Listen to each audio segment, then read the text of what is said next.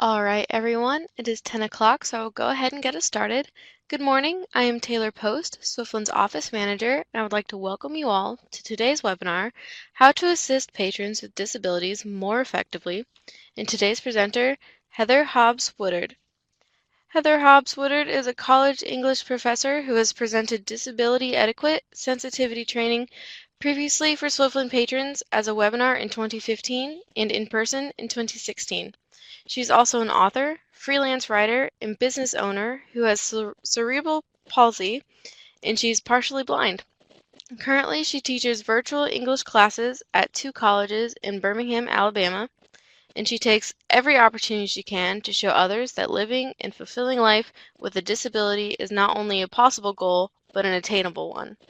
Ms. Woodard graduated from the University of Alabama in Tuscaloosa with a Master's of Arts in English and dual specialization in rhetoric and composition in American literature. Please welcome Heather and enjoy her webinar. Heather?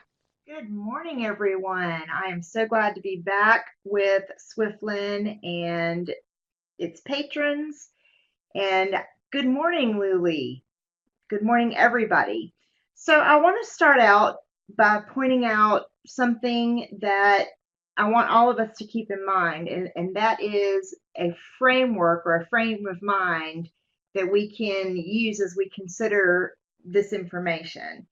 For those of us who are actually disabled, we're going to look at this one way, perhaps, and it may be different from those of you who work with patrons with disabilities, and it may be different even more for those of you who may not be disabled, but you have close relationships with someone who is. Like, say, for example, if you're a partner or spouse, or if you're a parent, you may look at this a little bit differently, and you may think to yourself, oh, I never thought about, thinking this way or considering this particular point. So I hope that you enjoy the information that we're going to share this morning. And if at any point you have questions, feel free to type in the chat box, and I'll try to answer them as we go along, but I may also need to answer some more involved questions at the end of the presentation as well. So just feel free to chime in whenever you would like, whenever you can. If you need any clarification or follow-up information, I'll do my very best to provide it. So this is on facilitating library usage for patrons who may need extra assistance. And one of the challenges that you have as librarians is you serve the public. And so you don't always know who's going to walk or ride through those doors, and you need to be prepared to facilitate their access to your materials as much as possible. And so that's where I'm coming in to hopefully offer some insight from perhaps a different perspective. So at its core, what you are providing is access. This is by far the most prevalent cumulative challenge that patrons with disabilities face is access. Access to resources, access to buildings, access to people who can help us navigate the world. And so what you do as librarians is you provide that access. Now, I'm an English teacher, and some of my really good friends are librarians, so I'm very aware of the dedication that you have to your craft, and I'm very appreciative to any and all librarians that I encounter because we have a lot in common. We love to learn, we love to help people. So I just want you to keep in mind that at the very core, this is about access. And this is really about equal access, or as equal access as possible, to various tools and resources that other people with or without disabilities can use already if they wish to do so. And sometimes it does take extra time and effort to work with us. So keeping that in mind is critical as well. Okay. Oh, by the way, I'm going to move through these slides as I talk, obviously, and if I'm moving too quickly or too slowly, you can let me know as well. So I just wanted to give a little bit of background on the law and disability. I'm not going to read all of this, but you can see some milestones here that disabled people have been able to achieve throughout the years. Some of these even happened before I was born or while I was a very young child, so I wasn't aware of the significance of them at that time, but I am now. So we have the Americans with Disabilities Act. That's what I'm going to focus on here, just because that is the most comprehensive, prominent piece of general legislation. Stephen, I'm sure you could get a copy of the slideshow after the session, and I'll be happy to see about that as well. Thank you, Luli. So at any rate, I want to go back to the Americans with Disabilities Act. That's going to be the most prominent piece because it affects all of us who are disabled in every aspect of our life in some fashion. It deals with access to schools, to public buildings, to medical facilities, to employment, to healthcare. Every aspect of our lives is affected by access or lack thereof. And the Americans with Disabilities Act that passed in July of 1990 was designed to address that. And you can see, obviously, that there were other pieces of legislation passed before that. And some of the legislation that was designed to be helpful has some loopholes and has some challenges that we are still addressing. For example, with regard to the Architectural Barrier Act of 1968, there are still a lot of public buildings that are inaccessible. So that is definitely something that we'll continue to address, and we'll continue to fight for access with regard to that. Okay, let's see. Okay, this is really, really important. I want to talk about the concept of disclosure, because you may not think that this is really a potentially complicated issue, but it often can be. By definition, disclosure involves informing others about a disability. This can be an extremely personal, complicated decisions for a variety of reasons. And I know a lot of people, I have a lot of friends who are disabled, but they don't necessarily identify as such for their own reasons. And part of that is that for many, there is still a pervasive shame or stigma that surrounds disability, so people may not feel comfortable sharing the information. And still, another reason may be that they're afraid to disclose because they'll get penalized for doing so, whether it's economic, whether it's intellectually, whether it's in other ways. So it's really a personal decision. So if you see someone who is disabled, or who appears to be disabled, you want to keep in mind that they don't have any obligation to reveal the nature or extent of a disability. I mean, my disability is obvious. You can look at me and see, especially if I'm standing or if I'm in my wheelchair, which I don't use very often, but I still have. So you can see that I'm disabled if you were to look at me. But in some cases, that's not the case. But even if you could see that I'm disabled, I'm under no obligation to reveal the nature or extent of my disability. I never disclose to my virtual students. They do not have any idea that I have a disability. And it's not because I'm ashamed of it. It just has nothing to do with the material that I teach. So that's the reason that I choose not to disclose to them. Now, when I taught in the classroom, I used to reveal my CP on the first day because obviously they could see my disability. And frankly, I didn't want a lot of chattering or gossip or guessing going around among my students, because I have actually heard that personally. If I'm teaching something in person, I do choose to reveal. If I'm teaching my virtual students, which I do 98% of the time, I choose not to reveal. And so keep in mind that people have their own reasons for choosing to disclose or not choosing to disclose. Okay, so these are some common terms to remember. At least they're common in the disability circles. If you're not disabled, you may not be as aware of these. So a PWD is a person or patron with a disability. That is a widely used acronym in the disability community, as is AB or able-bodied. Handicapped is a term that has been used for decades, and it is actually defined as a physical, mental, or emotional condition that interferes with a person's normal functioning. As you can tell, that's pretty wide-ranging and wide-reaching. More specifically, though, it's defined as a reduction in a person's capacity to fulfill a social role. This is important. A social role as a consequence of an impairment, inadequate training for the role, or other circumstances. So in my case, it would be, if I had issues, it would most likely be because of my physical impairment. But you can see that there are other factors that are affiliated with the term handicap as well. And the reason that this is pejorative or considered pejorative by members of the disability community is because of the connotation that it used to bring up. Back many, many years ago, there were many disabled people who literally lived on the streets, and they would keep their hats or caps handy to receive donations from people.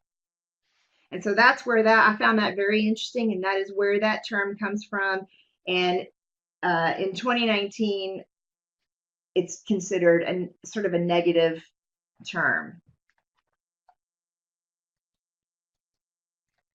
Okay, so impairment is any loss or abnormality of psychological, physiologic, or anatomic structure or function. In my case, I have the physiologic and the anatomic structure or function.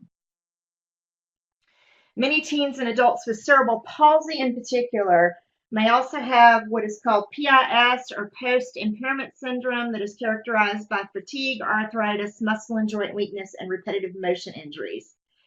Now, I definitely have this. I've never been diagnosed with it, but in my research for this course and also in learning more about cerebral palsy, which I've lived with for the last 40 plus years, I'm convinced that I have this because all of these symptoms, the fatigue, the arthritis, the muscle and joint weakness, and especially the repetitive motion injuries, show up in my life quite often. And I think the reason for the repetitive motion injuries in particular is because we end up having to use certain parts of our bodies to compensate for certain parts of our bodies that we're not able to use as a result of our disability. So as you can see, I have links included, and I have more links throughout the presentation. So these are just my points of reference here as well.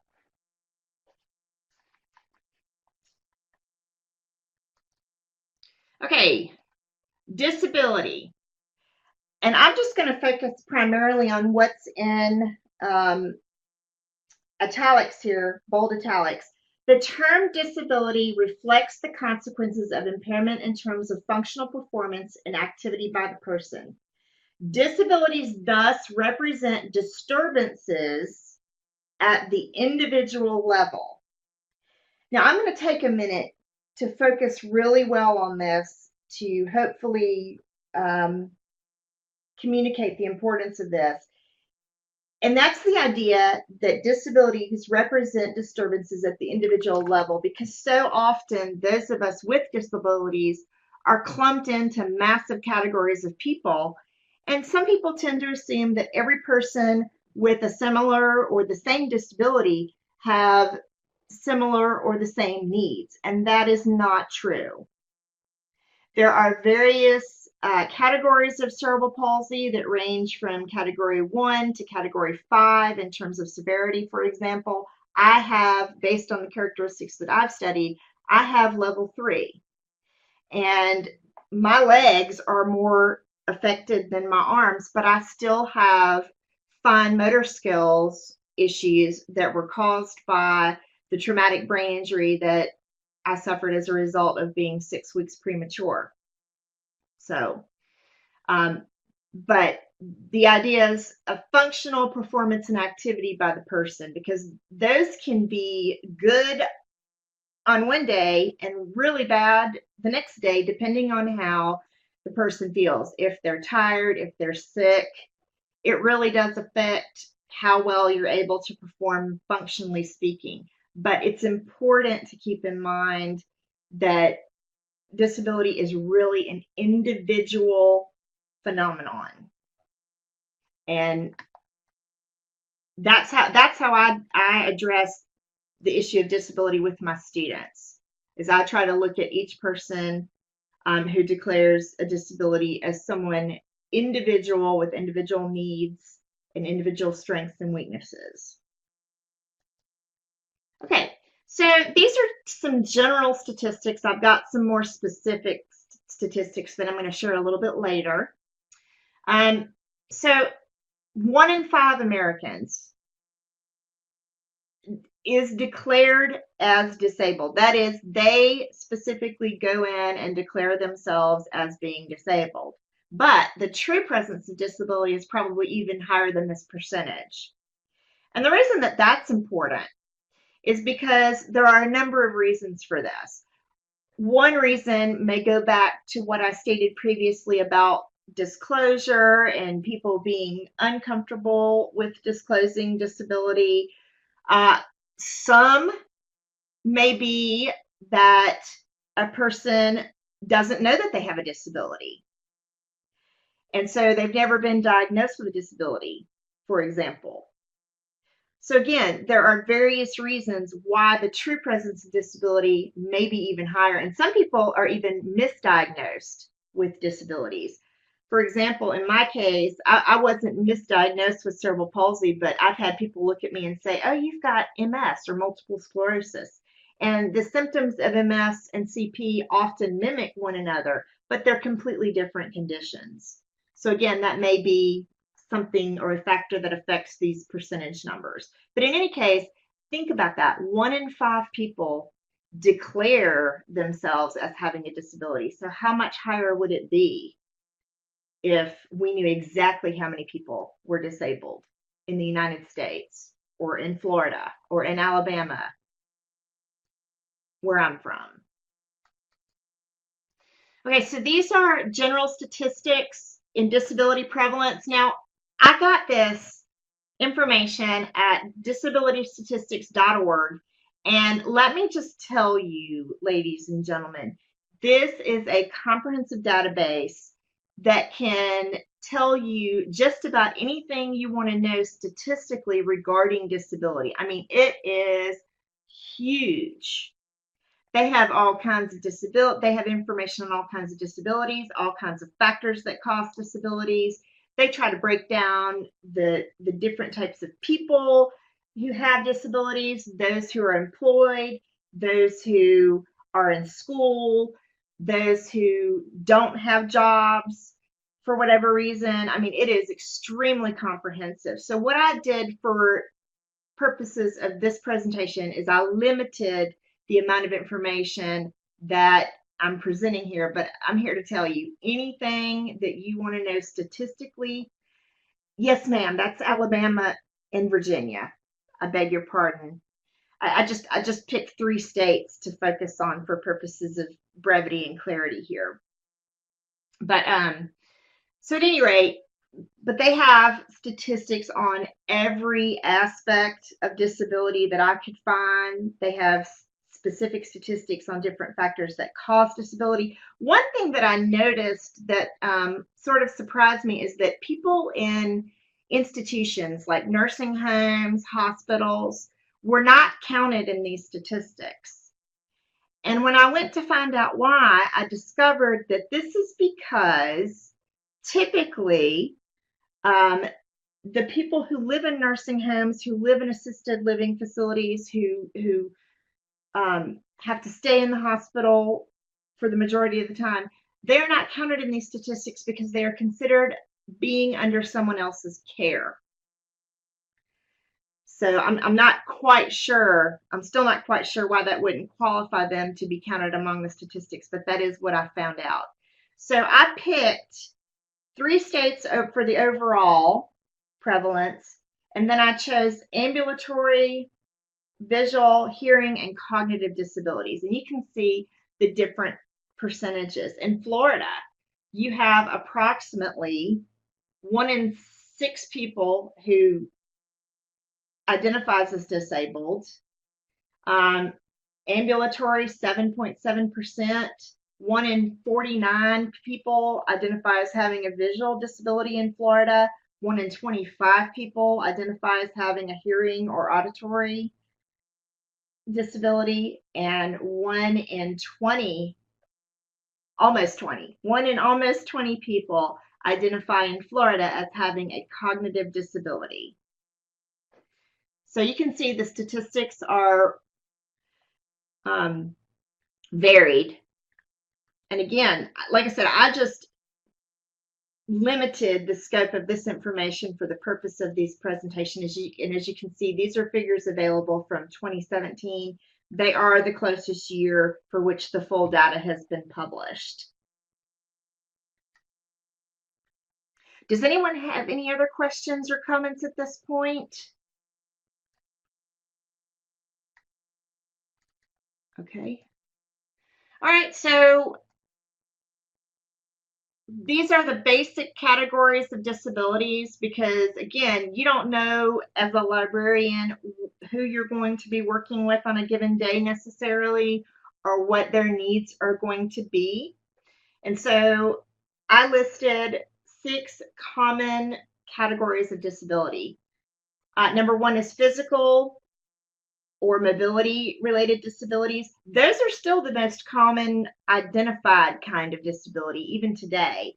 Then visual, hearing, speech, which includes patrons who are actually nonverbal, sensory disabilities, and cognitive or intellectual disabilities.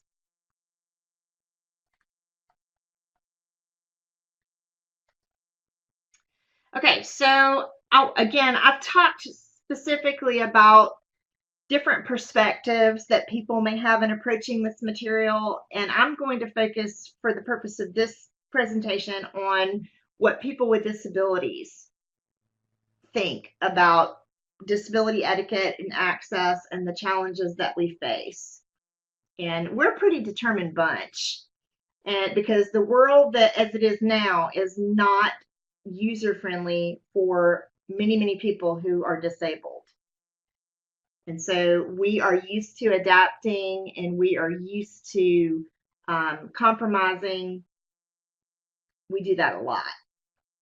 Okay, but we still have certain expectations. So as a reminder, if a disability is visual or obvious, we're all too aware that people will want to ask questions. That is fine with me. Like, I personally have no problem with people asking questions. I have kids ask questions all the time. Little kids ask questions constantly. Sometimes able-bodied people will have no clue how to approach a person with a disability. And this is the kicker for me personally. However, how we're approached often determines the overall mood of the interaction. So in other words, if you're smiling and kind and relaxed when you approach me, I'll talk to anybody. But if you come across as, you know, someone who's a little bit nervous or unsure, then it makes me a little bit nervous because I'm not sure how you're going to react. So, and again, we are entitled to function without interference to the extent that we can without impacting others negatively. And what that means for me personally is, like, if I'm somewhere and it takes me a little bit longer to move ahead in line, for example, please be patient. You know, please be patient with those of us who may move a little bit more slowly or who may have extra questions. Because I know for me, even when I go to the grocery store, I'm always cognizant that it takes me a little bit longer to get out of line and let the next person in. So, okay. So, I've already talked about disclosure, so that's sort of the first point on this particular slide, but we definitely want you to help us. So please, and I know I'm kind of an open book. If you ask me what I need or what, you know, how you can help me, I'm like, here's what I need, and here's how we can do this in such a way that is expedient and quick as possible. But definitely, if there's something that you don't understand, please ask us directly. And the reason that I point that out is because a lot of people who are disabled often have people who travel with them. They are called PCAs, personal care assistants. And a lot of times what happens to friends of mine who have PCAs is that if they're out in public, say they're out at a restaurant or somewhere else, the person will talk to the PCA or the personal care assistant instead of the person with a disability. So if I'm out in public and I'm with somebody, which is almost always the case because I'm not able to drive. So I go out a lot with my husband or with friends. And so sometimes they'll talk to them instead of talking to me. And that's a trigger for me. If you have a question for me, excuse me, I'm going to grab a little bit of water here. If you have a question for me, please ask. I will answer just about anything. And then, asking us if we're okay is great, but we don't necessarily need people checking on us, every 30 seconds. And so I have a series here of 10 tips that I offer that is just general information and some accompanying thought as you consider these tips. So tip 1, it's impossible to know who has a disability 100% of the time because honestly, you just can't tell. And so I'm not saying that you should assume that everyone has a disability. What I am suggesting is that you not be surprised if someone tells you that they need help because they have a disability. There are many invisible disabilities, and those who have invisible disabilities face unbelievable amounts of prejudice and stigma in society today.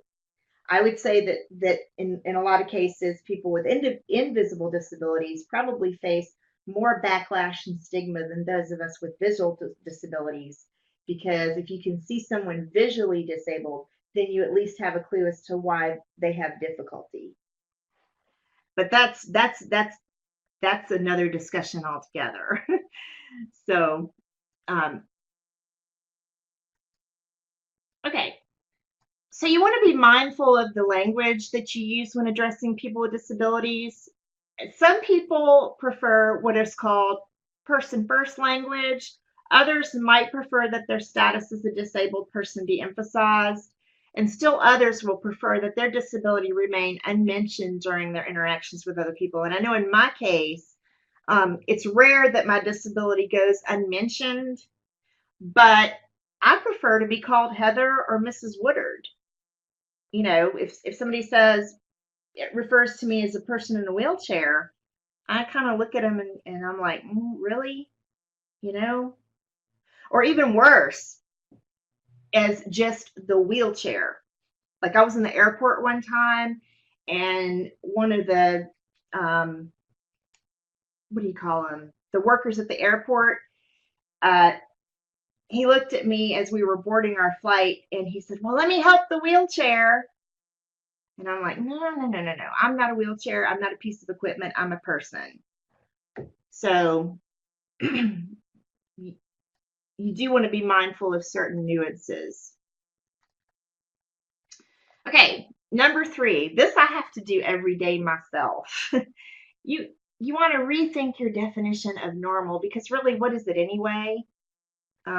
What's normal for me may not be normal for you, might not be normal for your next door neighbor, may not be normal for your cousin who lives in California, for example. So the prevailing idea that patrons with disabilities want to be treated normally may be somewhat simplistic and misleading. So instead, strive for individualized respect. And you do that by addressing the person directly and by really listening and working to find out what that person needs and then doing your best to fulfill the request. Because let me tell you, how disabled people are treated normally in society is not always respectful. So again, please look at the individual and work with them to determine what they want and how you can help them. Okay. Practice deliberate patience. This is a big one. Again, this is something that I have to do with myself because I typically am impatient with myself, especially when it comes to my disability. But you want to be prepared to take additional time to work with patrons who have disabilities if necessary. Now, I do have a story for this particular aspect. Excuse me. I majored in English twice. I have an undergraduate degree in English and I have a master's degree in English. And so, as a result of that, I spent crazy amounts of time in the library as both a graduate student and an undergraduate student. And let me tell you, the librarians that I encountered in school were some of my favorite people ever. I even had a few of them at my wedding after I graduated. But the reason that I love them is because they actually were willing to take the time to do what I needed. Now, I graduated in the mid 90s from the University of Alabama with a master's degree.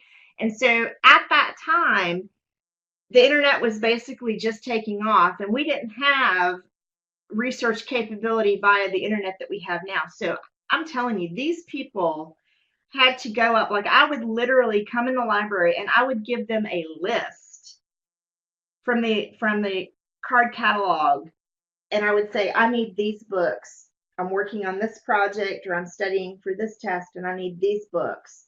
And they literally would troop up the stairs, which was, I believe, 4 floors up.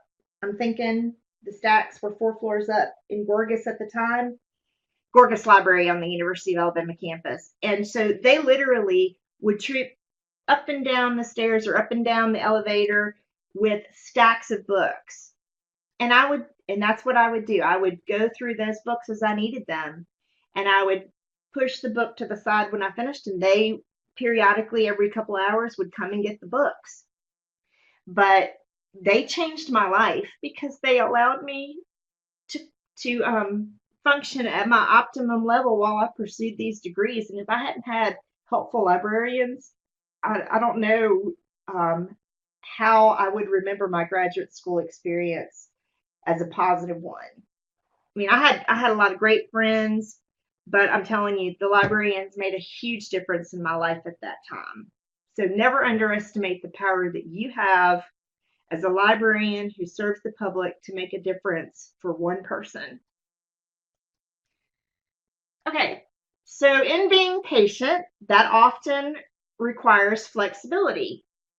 So there are a couple of things that you can do to improve your flexibility. If necessary, check into whether certain rule changes can be made to accommodate patrons who have disabilities.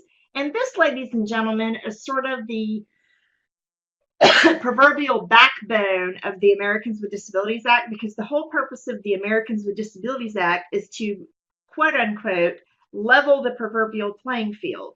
And so if you can check into whether certain rule changes can be made to do that for your disabled patrons, I hope that you'll consider doing so. And then, as I've mentioned, keep in mind that these accommodations should be based on individual and collective needs. For example, if you know, I'm trying to think of a pertinent example, but if you know that you have a certain number of disabled patrons who frequent your library, think about procuring materials to help them. For example, if you have someone with a physical disability, what they finally did at Alabama was, if I called ahead, I reserved a table and gave them the list of books, and they would sometimes put the books on the table so that they would be there when I got there. And so that was something that they did for me personally, because they knew that I was in the library like 5 days a week. And I don't know that you'll have the same people coming by your facility with that great frequency, but you never know. You never know. It's always helpful to have certain materials on hand. Okay. Number 6, don't ask patrons personal questions about their disabilities.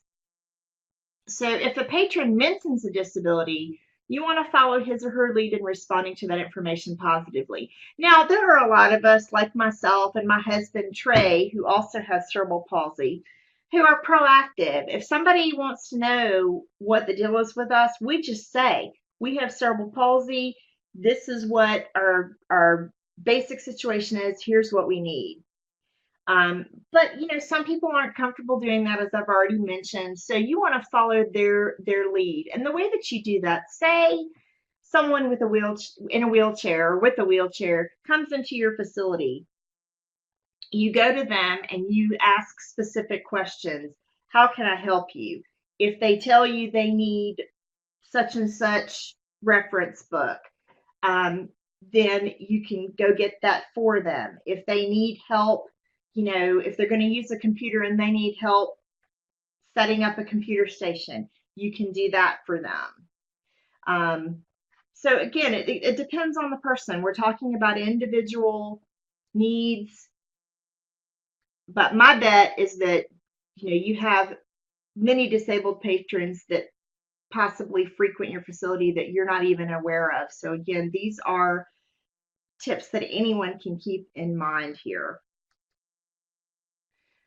Number 7, be aware of interaction from others. So you want to pay attention to how others treat patrons who have disabilities. This is important because so many people with disabilities may be hesitant to speak up about how they're being treated. And again, I have a related story to the one that I just told you. When I was in graduate school at the University of Alabama, there was a young woman. She was the work study at the library one semester, and she did not want to interact with me in any way, shape, form, fashion. And I mean, this is somebody that I saw 5 days a week. And after about, I don't know, a month, I went up to her and I stood in front of the desk and I said, could I ask you something? And she's like, yeah. She wouldn't look at me. And I said, is there anything that you would like to know? So she looked at me and she kind of, it surprised her that I would approach her because I had not done so up to that point in the semester. She had not really approached me except to slam a couple of books down. And so anyway, we ended up having sort of this fragmented conversation because it took me a little bit to draw her out. And she finally said, this is going to sound crazy. And I said, try me. I probably have heard everything. And it turns out that with her, I had not heard everything because she was like, I was afraid that I was going to catch your condition from you. So then I literally had to explain to her that CP or cerebral palsy is not contagious. And so, sometimes people treat people with disabilities the way that they do very simply, not because they're bad people, but because they're scared or they're uncertain. And then, you have other people, like say again, young children, for example, they could be in the library at the same time as someone with a disability, and they could go up just because they're curious. They could go up and start touching like someone's wheelchair or crutches, or they could start asking personal questions. And I would say that you have to watch out for that because you don't want anyone in your facility to feel uncomfortable because of that. Now, granted, I mean, the vast majority of disabled people that I know do not mind talking to children because children are naturally curious and they're pretty guileless. They're not out to cause a problem. But by the same token, there are some people who might feel uncomfortable with blunt questions. Okay, so understand this is a big one as well. Understand that technology can be a quote mixed bag. And it is for me from the standpoint that my cerebral palsy means that I have some pretty significant fine motor disabilities. And so Sometimes if I'm in a facility like a library, or if I'm in a virtual classroom and I'm teaching someone in person, I almost always have to have help setting stuff up. I can't go and just turn on, it's very rare that I can go and just turn on a computer and have everything set the way that I need it. And so if I'm in a library, that's how I'm going to need help, is just setting up the technology. And also, I learn by observing people, and I also learn by having like a typed set of directions that give sort of a step-by-step instruction as to how to operate technology. So that may be helpful if, say, for example, you kept laminated instruction sheets, for example. And then some people with disabilities bring their own technology because that is what they can use. Like some people are going to have trouble using facility technology because it's not something that they personally can navigate very easily. So they may actually bring their own technology. And so I would be aware of that possibility as well. And if the person who brings his or her own technology needs assistance, then they'll request that as well. And technology has really revolutionized how disabled people navigate this world. There are so many more people who are aware of disabilities because of technology, but it can be difficult to use in some circumstances. Okay, personal boundaries and space. Recognize the spaces and accessories of people with disabilities. So canes, crutches, walkers, wheelchairs, communication devices, and service animals are all considered essential extensions of the people who utilize them. As such, please refrain from touching or moving these devices in any way unless you have the permission of the person who uses them. And again, if someone who is disabled comes in, uses your facility, has a service dog, has a person who is with them to assist them, what you want to make sure that you do is to address the person with the disability directly. Ask them what their name is. And then if they give you their name, then just address them that way. And let me say just a very brief word about service animals. The deal with service animals is twofold when it comes to public spaces. Number one, if you have public spaces in your library that are open to people, then they also must legally be open to service animals. Okay? And then the other element to keep in mind with regard to service animals is you can't ask specific questions regarding service animals beyond how they help with your disability or whether they're there to help the person who is disabled. And you can certainly assume that they are. Not all service animals wear vests. So, and I know a lot of libraries, I know our Hoover Public Library allows service animals, for example. I'm not sure if any other libraries in my particular area do, but I know our Hoover Public Library, which is the largest one that's close to me, allows service animals. So, but if you allow service animals, you have to allow them in any public space in which you also allow your patrons, and you can't ask specific questions regarding what the service animal does beyond whether they help with your disability. That's a big one, and that's sort of a controversial issue right now, but that is the case. Okay, so finally and most importantly, you want to assume almost nothing. I need to take a little bit of a breath here because this is so true. Many assumptions about people with disabilities are rooted in ignorance. They're not only rooted in ignorance, though, they're also rooted in fear. People are genuinely afraid, and I'm talking generally, I'm not talking about every single person, But so many people are genuinely afraid of that whom or which they do not understand. They are unsure as to how to approach a person with a disability. But you want to avoid jumping to conclusions. And I address this a lot when I'm with people that I don't know very well. For example, good example here actually. Um, I started teaching when I was 24. I'm a lot older than that now.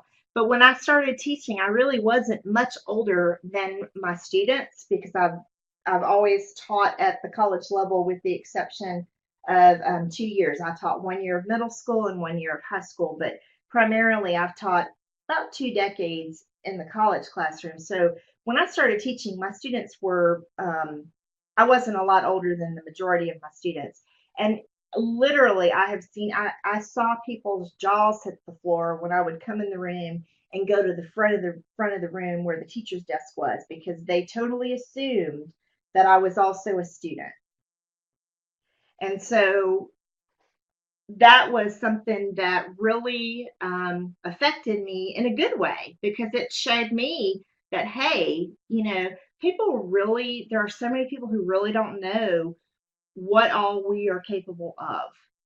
I'm a teacher. I've always been a teacher. I grew up, my mom was a teacher, my dad was a teacher, my great grandmother was a teacher. You get the idea.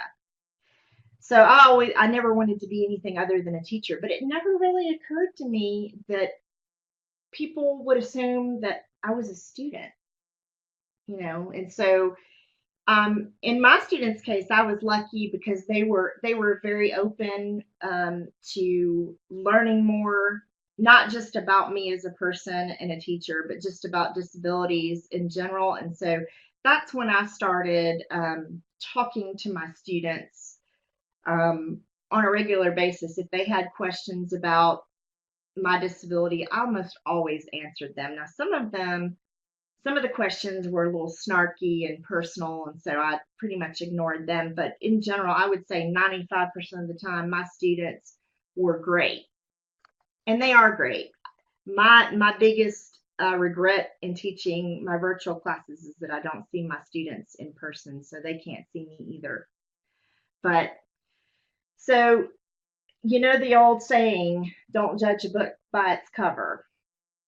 And that is what I encourage you to remember regarding people with disabilities is because you just don't know what you're going to encounter or how we're going to affect you.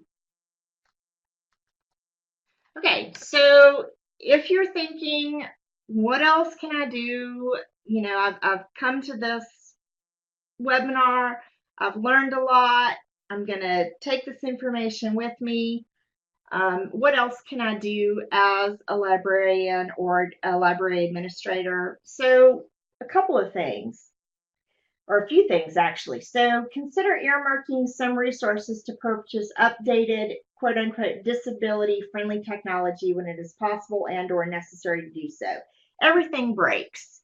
Everything becomes outdated at a certain point.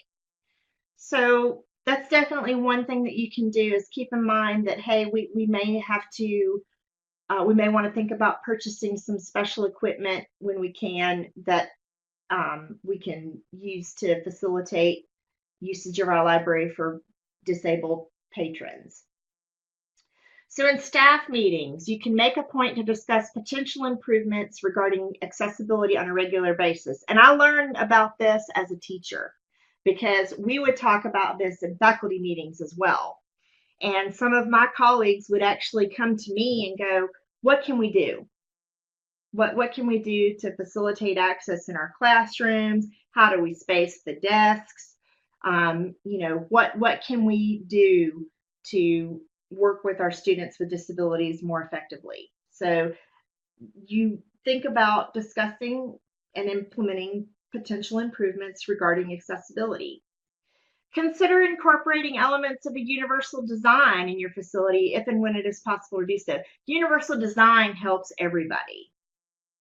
One example of a primitive universal design that you may not be aware of would be a ramp. Like, you have buildings that have steps, and then over to the side, one side or the other, there may be a ramp. Well, ramps are important. That's an element of universal design. Braille, you can have Braille on different labels in your facility for restrooms, for certain areas of your facility, et cetera, et cetera. Those are just a couple of examples. And patron surveys include questions or a brief section on ways to improve accessibility. And you don't even have to point this out as being disability related.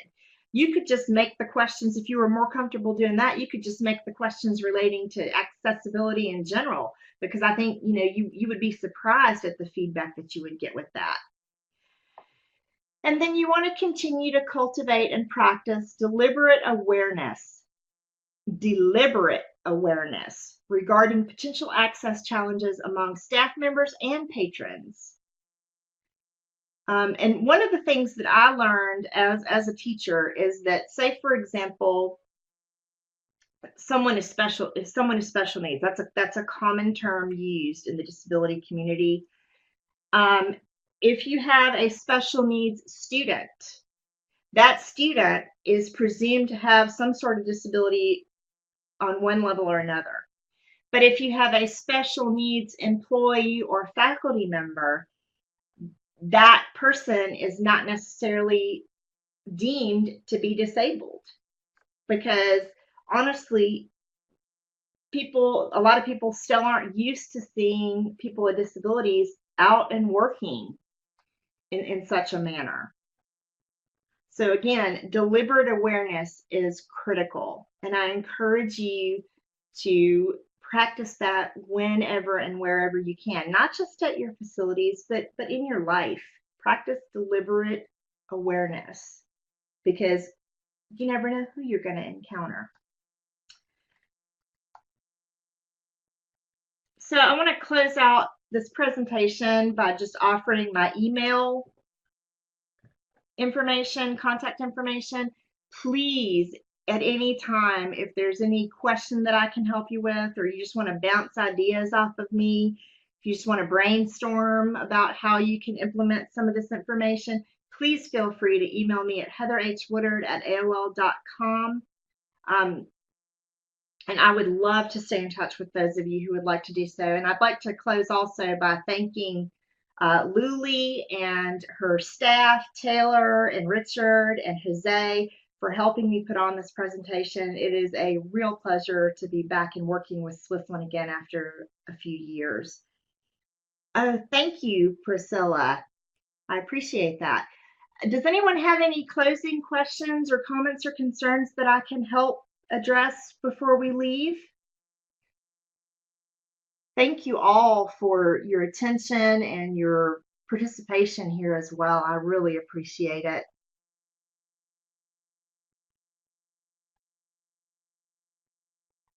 Thank you all. Anybody? And I want to thank Deb McClain for helping us out as well. I really appreciate your help with this as well. Anyone?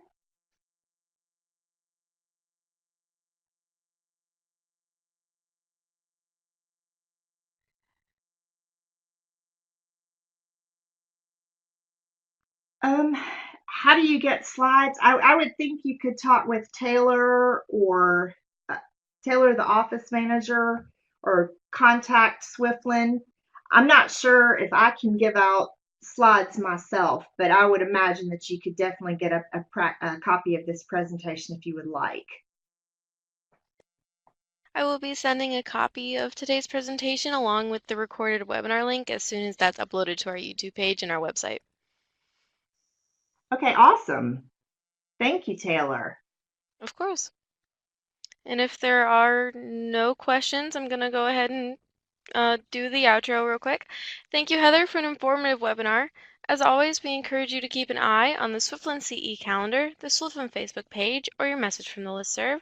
Thank you, everyone, for attending, and have a great rest of your day.